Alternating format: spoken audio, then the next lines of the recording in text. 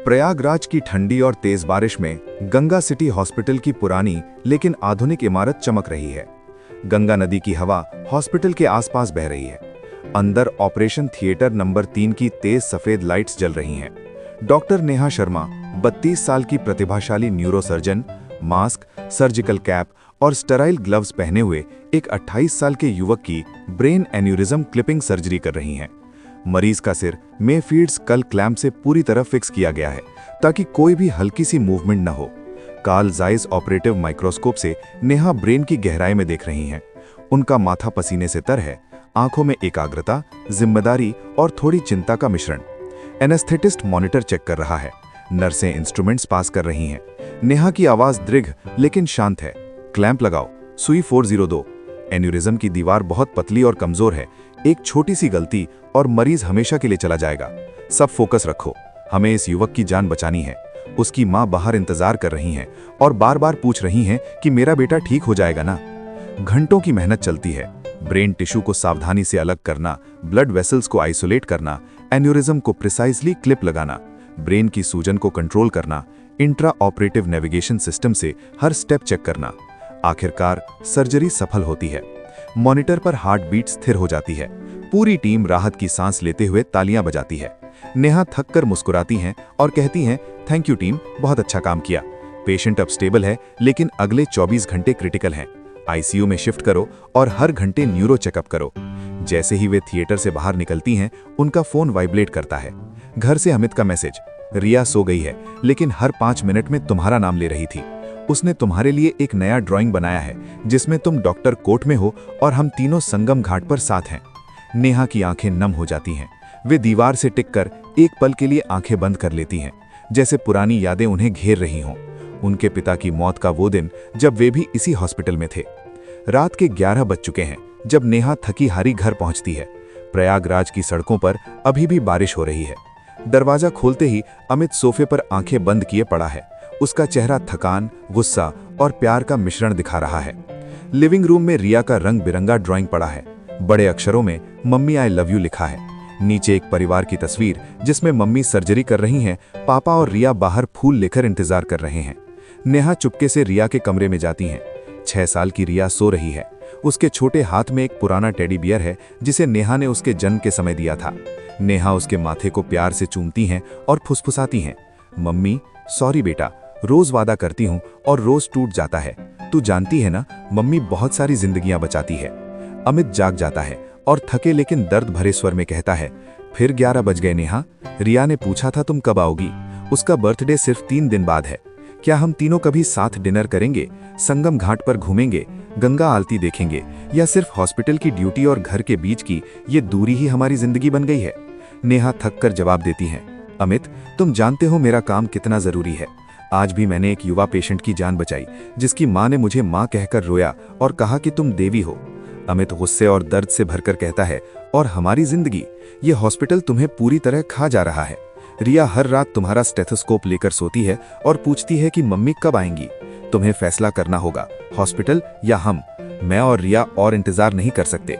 ठीक उसी पल नेहा का फोन फिर बजता है। वार्ड नंबर 13 से इमरजेंसी कॉल है।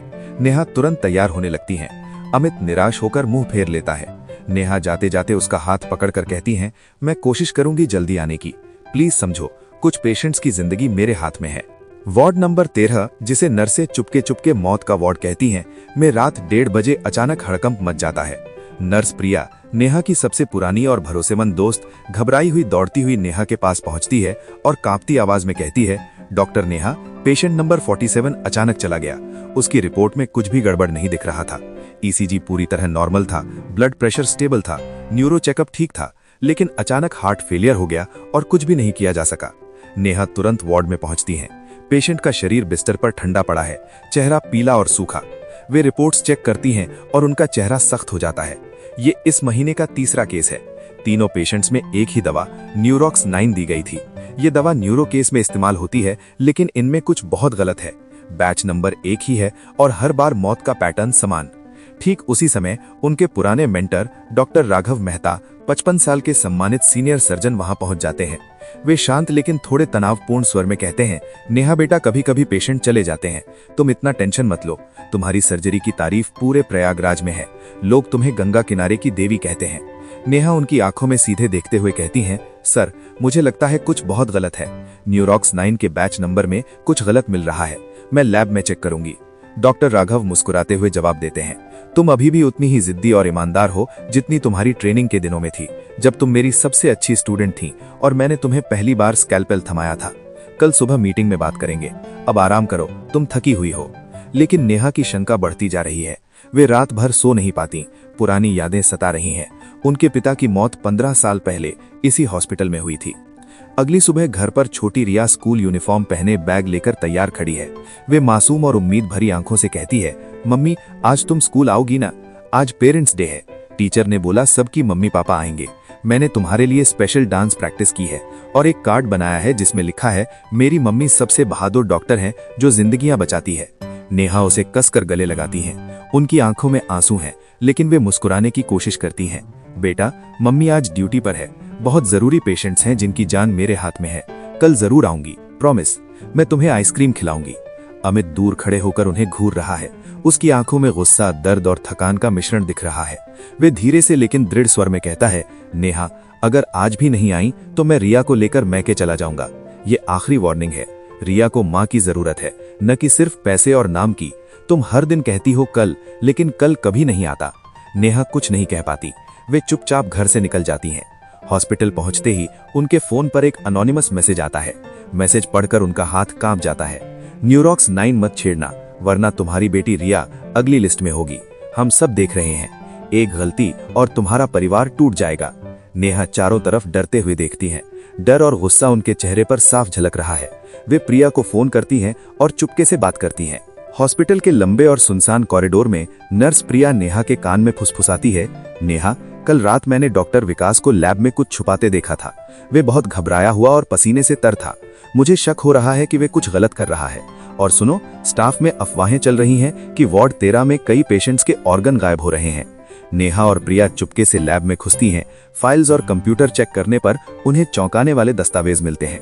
न्यूरॉक्स 9 असल में एक एक्सपेरिमेंटल ड्रग है जिसका इस्तेमाल चुनिंदा पेशेंट्स को ब्रेन डेड बनाने के लिए किया जा रहा है, ताकि उनके organ, kidney, liver, heart, cornea निकालकर ब्लैक मार्केट में अमीर पेशेंट्स, यहां तक कि विदेशी मरीजों को बेचे जा सकें। रिपोर्ट्स में सीईओ मिस्टर गुप्ता और डॉक्टर राघव के नाम साफ दिख रहे हैं। पुरानी फाइल्स में नेहा के पिता का नाम भी कहीं झलकता है। ठीक उसी समय जूनियर डॉक्टर विकास वहां आ जाता है। वे डरते हुए कांपती आवाज में कहता है, मुझे मजबूर किया गया। सीईओ गुप्ता और डॉक्टर राघव दोनों इसमें गहरे तक शामिल हैं। वे गरीब लोगों को पैसे का लालच देकर या धमकाकर ऑर्गन डोनेट करने के लिए लुभाते हैं, फर्जी डॉक्यूमेंट्स बनाते हैं और अमीर या विदेशी पेशेंट्स के लिए ट्रांसप्लांट करते हैं। मैंने विरोध किया था तो उन्होंने मेरी बीमार मां की इलाज की धमकी दी। अचानक लाइट्स बंद हो जाती हैं। अंधेरे में नेहा पर हमला होता है। कोई उनके मुंह पर हाथ रखता है और धमकाता है, चुप रहो वरना तुम्हारी बेटी का क्या होगा। वे किसी तरह छूटकर भागती हैं, लेकिन हाथ में गहरी चोट लग जाती है। अब उन्हें पूरा यकीन हो चुका है कि खतरा बहुत बड़ा और उनके परिवार तक पहुंच चुका है। रात को घर लौटकर नेहा अमित के सामने सारी बात खोलकर रख देती है। अमित पहले तो सदमे में है, लेकिन फिर उसे कसकर गले लगाता है। पहली बार वो पूरी तरह उसके साथ खड़ा होता है। मैंने तुम्हें पहले क्यों नहीं सुना? अब मैं तुम्हारे साथ हूं। हम इस लड़ाई को साथ लड़ेंगे। रिया की सुरक्षा सबसे पहले है। मैं कल पुलिस से बात करूंगा और कुछ प्राइवेट डिटेक्टिव से भी मदद लूंगा। दोनों के बीच एक गहरी भावनात्मक पल आता है। अमित नेहा के घाव को देखकर कहता है, कल से मैं भी मदद करूंगा, तुम अकेली नहीं हो। नेहा की आंखों में आंसू हैं, लेकिन अब उसमें नई ताकत और उम्मीद जाग रही है। फ्लैशबैक में नेहा के पिता की मौत दिखती है। वे भी इसी हॉस्पिटल में न्यूरो डॉक्टर थे। कुछ गड़बड़ देखी थी और अचानक न्यूरॉक्स 9 के ओवरडोज से चले गए थे। नेहा उस समय सिर्फ 17 साल की थी। रात के 2 बज रहे हैं। हॉस्पिटल पूरी तरह खाली और अंधेरा है। नेहा अकेली बैठकर पुरानी फाइल्स, पुराने रिकॉर्ड और कंप्यूटर डेटा चेक कर रही है। अचानक फुटस्टेप्स की आवाज आती है। डॉक्टर राघव मेहता सामने आते हैं। उनकी आवाज ठंडी और धमकी भरी है। नेहा, तुम मेरी सबसे अच्छी स्टूडेंट थी। मैंने तुम्हें सर्जरी सिखाई, हाथ पकड़कर ऑपरेशन थिएटर में खड़ा किया, पहली ब्रेन सर्जरी में साथ दिया। क्यों इस गेम में कूद पड़ी? नेहा गुस्से से भरी हुई कहती है, सर आपने मुझे सिखाया था कि डॉक्टर जिंदगियां बचाते हैं, न कि लेते हैं। और आप ऑर्गन बेच रहे हैं? कितने निर्दोष पेशेंट्स की जान ली आपने, कितनी माँओं को रुलाया आपने, गरीबों को लुभाकर उनका ऑर्गन निकाल रहे हो। तब सबसे बड़ा और सदमे वाला ट्विस्ट आता है। डॉक्टर राघव ठंडी मुस्कान के साथ कहते हैं, तुम्हारा पिता भी इसी गेम का हिस्सा था। 15 साल पहले वो मेरे साथ काम करता था। जब वो पुलिस को बताने वाला था तो मैंने उसे न्यूरॉक्स 9 का ओवरडोज देकर मार दिया। तुम्हें लगता है मैं तुम्हें छोड़ दूंगा? तुम भी उसी रास्ते पर जा रही हो। नेहा सदमे में है। उसकी आंखों के सामने पुरानी यादें घूमने लगती हैं। पिता का अंतिम दिन, हॉस्पिटल का वो वार्ड, माँ का रोना। राघव उस पर इंजेक्शन मारने की कोशिश करते हैं। नेहा भागती है। हॉस्पिटल के लंबे गलियारों, पुरानी लिफ्ट, अंधेरी सीढ़ियों, स्टोर रूम, यहाँ तक कि मॉर्ग और बेसमेंट तक में तेज चेज सीन शुरू हो जाता है। सांस फूल रही है, दिल की धड़कन तेज है, हर कोने में खतरा। कई बार वे छुपती हैं और फिर भागती हैं। आखिरी मुकाबला वार्ड 13 में होता है। सीईओ मिस्टर गुप्ता और डॉक्टर राघव नेहा को घेर लेते हैं। गुप्ता ठंडी और क्रूर आवाज में कहता है, अब तुम्हारी बेटी रिया की बारी है। एक फोन कॉल और वो चली जाएगी। तुमने बहुत कुछ देख लिया है। ये ट्रैफिकिंग रैकेट सालों से चल रहा है। गरीबों को लुभाना, फर्जी कागजात बनाना, विदेशी अमीर मरीजों के लिए ऑर्गन बेचना। हम इसे नहीं रुकने देंगे। अचानक पूरे हॉस्पिटल की बिजली चली जाती है। अंधेरे में नेहा लड़ती है। वो डॉक्टर राघव को उल्टा न्यूरॉक्स 9 का ओवरडोज इंजेक्शन मार देती है। राघव चीखते हुए गिर जाता है। नेहा रोते हुए कहती है, ये आपके अपने पेशेंट्स के लिए था। अब आप खुद महसूस कीजिए कि मौत कैसी लगती है, कितनी पीड़ा होती है। अमित पहले ही पुलिस को सूचना दे चुका होता है। पुलिस पहुंच जाती है। गुप्ता और राघव को गिरफ्तार कर लिया जाता है। नेहा थक कर दीवार से टिक जाती है, लेकिन उसकी आंखों में जीत की चमक है। प्रिया और विकास भी गवाही देते हैं। अगली सुबह सूरज की पहली किरणें प्रयागराज के आसमान में फैल रही हैं। गंगा नदी की लहरें चमक रही हैं। नेहा घर पर रिया के साथ है। रिया स्कूल बैग लेकर खुशी से उछलते हुए कहती है, मम्मी आज तुम आ रही हो ना? मैंने टीचर को बता दिया है कि मेरी मम्मी डॉक्टर हैं और बहुत बहादुर हैं। उन्होंने हॉस्पिटल के बुरे लोगों को पकड़वाया। नेहा उसे कसकर गले लगाती है। आंसू पोंछते हुए मुस्कुराकर कहती है, हाँ बेटा, आज से मम्मी हमेशा तुम्हारे साथ रहेगी। अब कोई ड्यूटी नहीं आएगी बीच में। हम तीनों संगम घाट जाएंगे, गंगा आरती देखेंगे, आइसक्रीम खाएंगे और तुम्हारा बर्थडे साथ मनाएंगे। अमित दोनों को देखकर मुस्कुराता है। वो नेहा को गले लगाता है और धीरे से कहता है, आई लव यू नेहा। तुमने न सिर्फ हॉस्पिटल की सच्चाई बाहर निकाली, बल्कि हमारी टूटती फैमिली भी बचा ली। अब हम तीनों नई शुरुआत करेंगे।